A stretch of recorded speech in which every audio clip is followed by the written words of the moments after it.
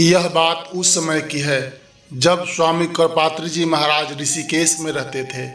उन दिनों वे प्रकाश में तब आए जब महामना मदन मोहन मालवीय जी से उनका शास्त्रार्थ हुआ।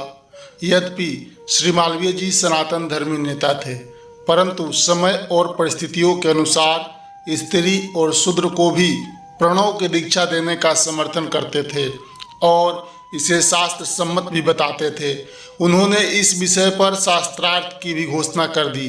कुछ लोग जो महाराज श्री से परिचित थे वे उनसे मिले और प्रार्थना करने लगे कि महाराज जी, आप जैसे विद्वान के रहते इस प्रकार की चुनौती का मुकाबला होना ही चाहिए तथा इस विषय में शास्त्र सम्मत निर्णय होना चाहिए।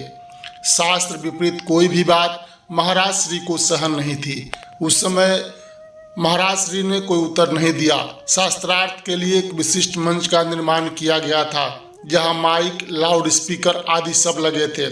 उस क्षेत्र के विशिष्ट लोग शास्त्रार्थ में आमंत्रित थे।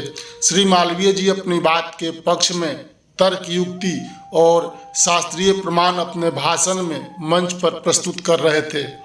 मंच से थोड़ी ही दूरी पर एक वृक्ष के नीचे लंगोटी बांधे एक युवक साधु खड़ा होकर मालवीय जी के तर्क, युक्ति और प्रमाणों का उत्तर देने लगा। धीरे धीरे कुछ श्रोता भी वहां जुट गए। थोड़ी ही देर में यह बात बिजली की तरह फैल गई कि एक प्रतिभावान फक्कर साधु एक पेड़ के नीचे खड़े होकर मालवीय जी की बातों का उत्तर दे रहा है। संत महात्मा और विशिष्ट जन वहां पहुंचने लगे। मंच पर आसीन लोग भी उस महात्मा का उत्तर सुनने को आतुर हो गए। यह बात श्री मालवीय जी के कानों में पहुंची और लोगों ने उनसे यह आग्रह किया कि साधु को यहाँ मंच पर लाया जाए। कुछ लोगों ने महाराज श्री को पहचाना। मालवीय जी स्वयं वृक्ष के नीचे पधारे और महाराज श्री से मंच पर चलने का आग्रह किया।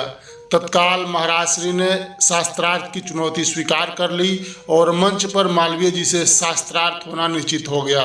सेठ श्री जयदयाल जी गोविंदका तथा सेठ श्री गौरी शंकर जी गोविंदका को मध्यस्थ बनाया गया। 3 दिनों तक शास्त्रार्थ भी चला। अंत में मध्यस्थों ने यह निर्णय दिया कि शास्त्र सम्मत पक्ष महाराज श्री का ही है। देश काल परिस्थितियों के अनुसार मालवीय जी अपनी बात कहते हैं।